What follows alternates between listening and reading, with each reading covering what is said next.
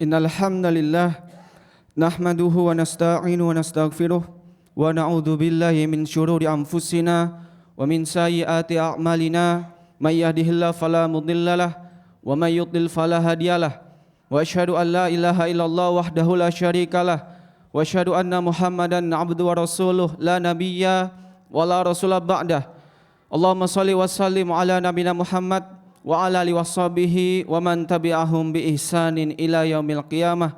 Qala Allah Ta'ala, ya ayyuhalladzina amanu taqullaha haqqa tuqatih wa la tamutunna illa wa antum muslimun, amma ba'du. Hadirin jamaah sidang Jumat rahimani wa rahmakumullah. Marilah kita senantiasa meningkatkan keimanan dan ketakwaan kita kepada Allah Subhanahu wa taala dengan cara memperbanyak amal soleh, terutama di hari Jumat yang mulia ini. Dan di antara amal soleh yang dianjurkan untuk kita kerjakan adalah kita memperbanyak salawat kepada Nabi kita Muhammad sallallahu alaihi wasallam. Semoga dengan amal soleh yang senantiasa kita lakukan, terutama salawat yang kita bacakan, kita mendapatkan syafaat atas izin Allah Subhanahu wa taala. Jamaah sidang Jumat yang semoga dirahmati oleh Allah Subhanahu wa taala. Allah Subhanahu wa taala berfirman dalam surat At-Taubah ayat 36, Allah mengatakan, Inna iddatasy syuhuri 'indallahi 12 syahran. Sesungguhnya bilangan bulan di sisi Allah Subhanahu wa taala itu berjumlah 12 bulan. Fi kitabillahi yauma khalaqas samawati wal ard. Dalam ketetapan Allah di waktu di mana Allah Subhanahu wa taala menciptakan langit dan bumi. Minha arba'atun hurum. Dan di antara 12 bulan tersebut, 4 di antaranya disebut dengan bulan haram. Dzalikad dinul qayyim, maka itu adalah agama yang lurus.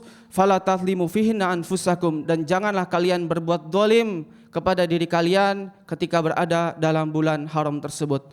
Jamaah sidang Jumat yang semoga dirahmati oleh Allah Subhanahu wa taala, di dalam surat At-Taubah ayat 36 Allah Subhanahu wa taala menyebutkan bahwa jumlah bulan di dalam Islam ada 12. Dan di antara 12 bulan tersebut ada 4 yang disebut dengan bulan haram. Maka apa saja 4 bulan haram tersebut? Maka dalam hadis riwayat Al-Bukhari dan Muslim, Nabi SAW pernah bersabda, Az-zamanu qad istadara kahayati yauma khalaqas samawati wa ard. 1 tahun itu sebagaimana berputar sejak Allah menciptakan langit dan bumi. As-sanatu 12 syahron. 1 tahun itu ada 12 bulan. Minha arba'atun hurum. Dan di antara 12 bulan tersebut ada yang disebut dengan 4 bulan haram. Salasatun mutawaliyatun Dzulqa'dah wa Dzulhijjah wal Muharram. Dan di antara 4 bulan tersebut 3 di antaranya berturut-turut, yaitu bulan Dzulqa'dah, bulan Dzulhijjah dan bulan Al-Muharram. Rajabu Mudhar alladzi baina Jumada wa Sya'ban, dan 1 yang terpisah itu adalah bulan Rajab yang terletak di antara bulan Jumadal Akhirah dan bulan Sya'ban. Nah, jamaah sekalian rahimakumullah, Allah Subhanahu wa taala telah menetapkan 4 bulan haram untuk kita, yaitu 3 di antaranya berturut-turut, Dzulqa'dah, Dzulhijjah dan Al-Muharram, dan 1-nya itu terpisah. Jamaah sekalian rahimakumullah, lantas kenapa 4 bulan ini disebut dengan bulan haram? Maka Al-Qadhi Abu Ya'la rahimahullah ta'ala beliau menyebutkan setidaknya ada 2 alasan mengapa Allah Subhanahu wa taala menetapkan 4 bulan tersebut sebagai bulan haram. Alasan yang pertama, karena bulan tersebut diharamkan untuk melakukan berbagai macam pembunuhan. Dan hal ini juga diyakini oleh orang-orang jahiliyah terdahulu. Maka dari itu Allah Subhanahu wa taala melarang orang-orang untuk berperang dalam bulan haram. Sebagaimana Allah tegaskan dalam surat Al-Baqarah ayat 217.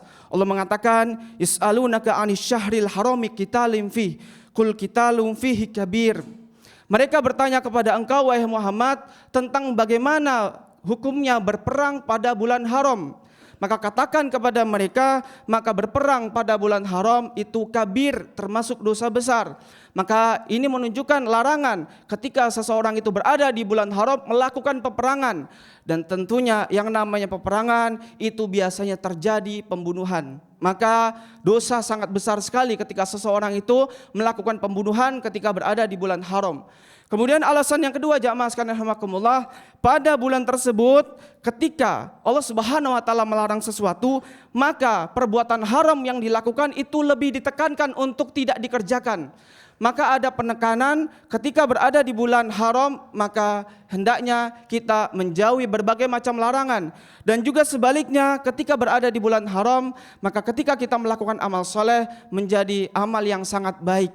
Maka setidaknya ini adalah di antara dua alasan kenapa 4 bulan tersebut disebut dengan bulan haram. Kemudian jamaah sekalian rahimakumullah, lantas apa hikmahnya Allah Subhanahu wa taala menetapkan 4 bulan tersebut sebagai bulan haram?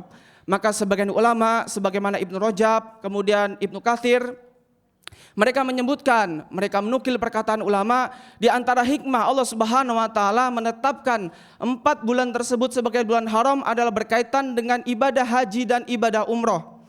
Maka bulan haram 3 bulan itu berturut-turut, Dzulqa'dah, Dzulhijjah, kemudian Al-Muharram.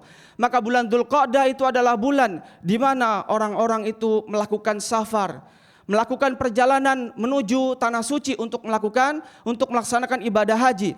Artinya mereka bisa berangkat ke tanah suci dalam keadaan aman, kan tidak boleh berperang, tidak boleh membunuh.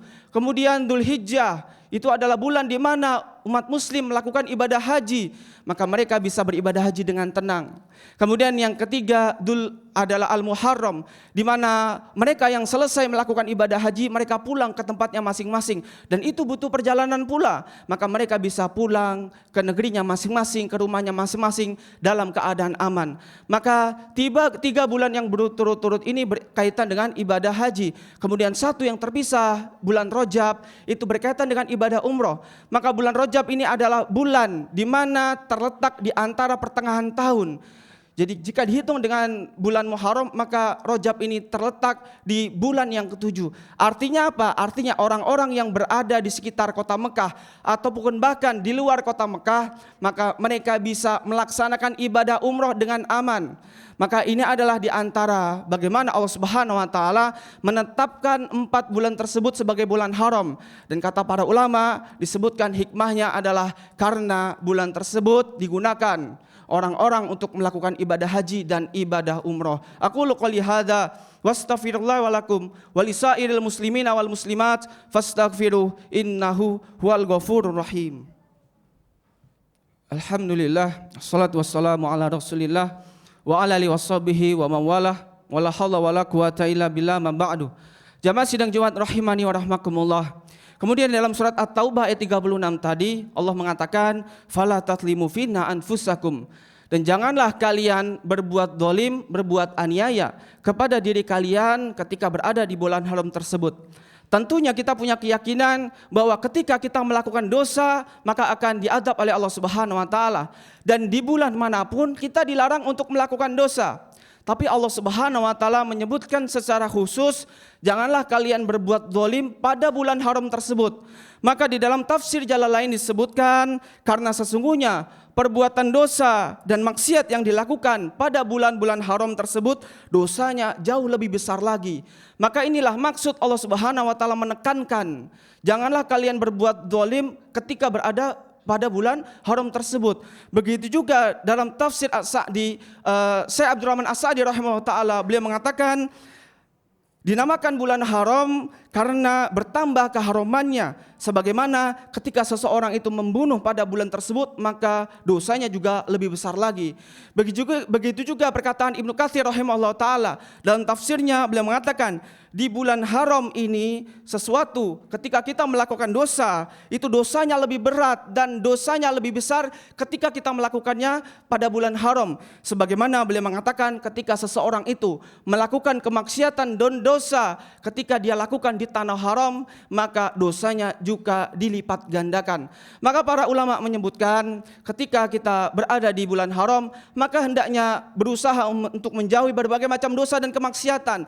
Kenapa? Karena dosa dan kemaksiatan ketika kita lakukan di bulan haram, maka itu bertambah lebih besar lagi dan bertambah lebih berat lagi.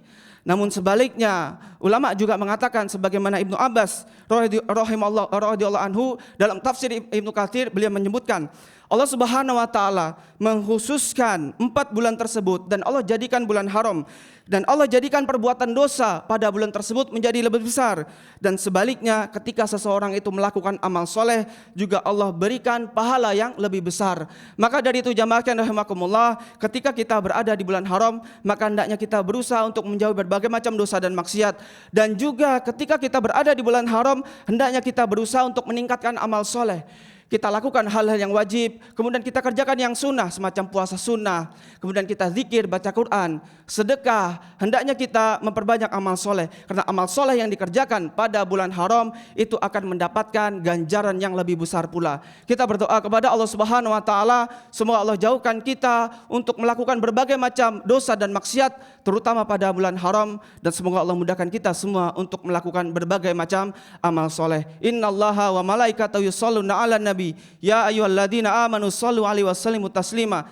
Allahumma shalli ala Muhammad wa ala ali Muhammad kama shallaita ala Ibrahim wa ala ali Ibrahim innaka Hamidum Majid. Allahumma barik ala Muhammad wa ala ali Muhammad kama barakta ala Ibrahim wa ala ali Ibrahim innaka Hamidum Majid. Allahumma fir lil mu'minina wal mu'minat wal muslimina wal muslimat al ahya'i minhum wal amwat innaka sami'un qaribun mujibud da'wat. Allahumma inna nas'aluka al huda wat tuqa wal afaf wal ghina. Allahumma inna nas'aluka ilman nafi'an wa rizqan thayyiban wa amalan mutaqabbalan. Allahumma aslih wulata umurina, Allahumma aslih wulata umurina, Allahumma aslih wulata umurina, Allahumma aslih fasada qulubina, Allahumma ansur ikhwanal muslimina al mustad'afina fi Palestin wa fi Indonesia wa fi kulli makan wa fi kulli zaman ya rabbal alamin. Rabbana ighfir lana wa li ikhwanina alladhina sabaquna bil iman wa la taj'al fi qulubina ghillan lil ladzina amanu rabbana innaka ra'ufur rahim. Rabbana la tuzigh qulubana ba'da idh hadaitana wa hab lana min ladunka rahmatan innaka antal wahhab. Rabbana atina fid dunya hasanah wa fil akhirati hasanah wa qina adzabannar. Sallallahu ala nabiyina Muhammad wa ala alihi wasallam wa akhiru da'wana anil hamdulillahi rabbil alamin. Tahukah Anda, ada 3 amalan yang pahalanya tidak akan terputus setelah kita meninggal? Sedekah jariah, ilmu yang bermanfaat, dan doa anak soleh. Salah satu bentuk dari sedekah jariah ialah wakaf untuk masjid atau lahan dakwah. Alhamdulillah, Masjid Pogung Dalangan kembali membuka kesempatan bagi siapa saja yang ingin berwakaf, bersama membebaskan lahan untuk perluasan masjid dan pengembangan sarana dakwah dengan target dana wakaf sebesar 10 miliar rupiah. Pembebasan lahan rencananya akan digunakan untuk perluasan Masjid Pogung Dalangan dan pengembangan sarana dakwah seperti Gedung Ma'had dan Madin, Rumah Asatidzah, Studio MPD TV, serta Mualaf Center. Insya Allah, target kebutuhan akan berkembang menyesuaikan kesepakatan dengan pemilik lahan. Semoga Allah mudahkan. Mari bergabung bersama kami dan raih pahala jariah, baik atas nama diri sendiri maupun orang-orang yang kita cintai. Penyaluran dana wakaf dapat dilakukan melalui rekening wakaf berikut: 888 786 0004 atas nama Masjid Pogung Dalangan, atau scan secara langsung kode kris berikut. Untuk konfirmasi dan info lebih lanjut, silakan menghubungi kontak person kami. Jazakumullahu khairan.